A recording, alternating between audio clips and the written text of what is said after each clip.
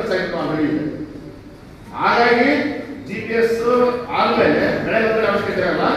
ಆಯಾ ಹೋಬಳಿ ತಕ್ಕಂತೆ ಅಲ್ಲಿ ಪಂಚಾಯತಿ ಒಂದು ಖರೀದಿ ಕೇಂದ್ರ ತೆರೆದು 1 ವಾರ ಬೆಳೆ ಕಡೆ ಉಚಿತವಾಗಿ ಖರೀದಿ ಕೇಂದ್ರ ರೆಡಿ ಇರಬೇಕು. ಖರೀದಿ ಕೇಂದ್ರ ಮಾಡಿದ ತಕ್ಷಣವೇ ಯಾವುದೇ ಷರತ್ತು ಹಾಕಬಾರ್ದು. ಅದೇ ರೀತಿಯಾಗಿ ಸರ್ಕಾರ ಖರೀದಿ ಕೇಂದ್ರ ತೆರೆದು ವಾರ ಹಣ ಜಮಾ ಮಾಡಬೇಕು.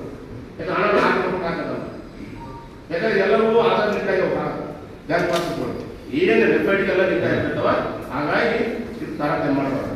ಅದೇ ರೀತಿಯಾಗಿ ಇವತ್ತು ರೈತರನ್ನ ಕೃಷಿಯಿಂದ ಹೊರದಬ್ಬಕ್ಕೋಸ್ಕರ ಭೂ ಸ್ವಾಧೀನ ಕಾಯ್ದೆ ತಿದ್ದುಪಡಿ ಬಂದರೆ ಮೇನ್ ಅಜೆಂಡ. ಯಾಕಂದ್ರೆ 2020ರಲ್ಲಿ ಕಾಯ್ದೆ ತಿದ್ದುಪಡಿ ಬಂತು. 1980ನೇ ಕಾಯ್ದೆ ಆಗಿರ್ಬೋದು, 1974 ಕಾಯ್ದೆ ಆಗಿರ್ಬೋದು, 1954-55 ಕಾಯ್ದೆ ಆಗಿರ್ಬೋದು, 1960 ಕಾಯ್ದೆ ಆಗಿರ್ಬೋದು, ಮತ್ತು 2013 ಕಾಯ್ದೆ ಆಗಿರ್ಬೋದು.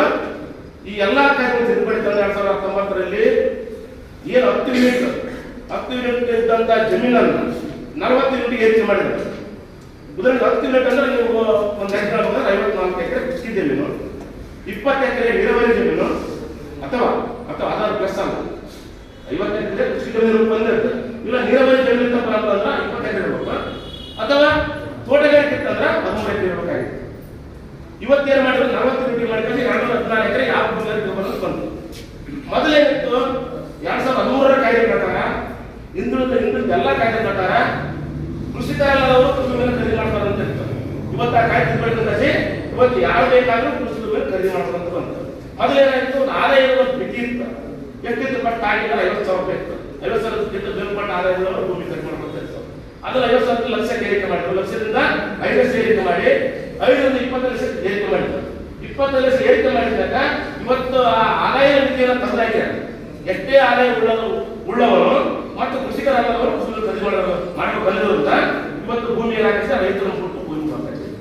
ಹಾಗಾಗಿ ಮುಂದೆ ಆಹಾರ ಭದ್ರತೆ ಕಾಯ್ದೆ ಲೆಕ್ಕ ಆಗುತ್ತೆ. ಮತ್ತೆ ರೈತರು ನಮ್ಮ ಹಣಕಾಸಿನ ಭೂಮಿಯನ್ನು ಮಾಹಿತಿ ಮಾಡಬೇಕು.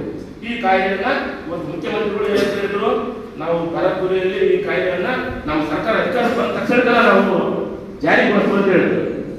ಇವತ್ತು ಜಾರಿಗೊಳಿಸುವಂದ್ರೆ ಹಿಂಪಡೆದ ಕಾರ್ಯಕ್ರಮ ಜಾರಿಗೊಳಿಸುವ ಅಂತ ಹೇಳಿದ್ರು. ಹಿಂಪಡೆದಿಲ್ಲ ಮುಖ್ಯಮಂತ್ರಿಗಳು, ಅವ್ರಿಗೆ ನಾವು ತಿಳಿಸ್ಬೇಕಂತ.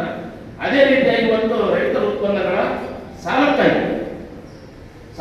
ಬ್ಯಾಂಕ್ಗಳು ಮತ್ತು ಮೈಕ್ರೋ ಫೈನಾನ್ಸ್ಗಳು ಏನು ಮಾಡಬೇಕಪ್ಪ ಅಂತಂದ್ರೆ, ಇವತ್ತು ನೆರೆ ರಾಜ್ಯಗಳಲ್ಲಿ ದಾವೆ ಹೂಡುವ ಜೊತೆಗೆ ಸ್ಥಳೀಯ ನ್ಯಾಯಾಲಯಗಳಲ್ಲಿ ದಾವೆ ಹೂಡಿ ರೈತರನ್ನ ಏನು ಜೈಲಿಗೆ ಕಾಣುವಂತ ಕೆಲಸ ಆಗಿರ್ಬೋದು, ಮತ್ತು ಆಸ್ತಿ ಮುಟ್ಟುಗೋಲ ಕೆಲಸ ಆಗಿರ್ಬೋದು, ಗಾಡಿ ತಿರುಗ್ತಾ ಆಗಿರ್ಬೋದು, ಇನ್ನಿತರ ಅವಮಾನಿಸಿದಂತ ಕೆಲಸ ಇವತ್ತು ನ್ಯಾಯಾಲಯದ ಮುಖಾಂತರ ಇವತ್ತು ಮೈಕ್ರೋ ಫೈನಾನ್ಸ್ಗಳು ಮತ್ತು ರಾಷ್ಟ್ರೀಯ ಬ್ಯಾಂಕ್ಗಳು ಮಾಡ್ತಾ ಇದ್ರು.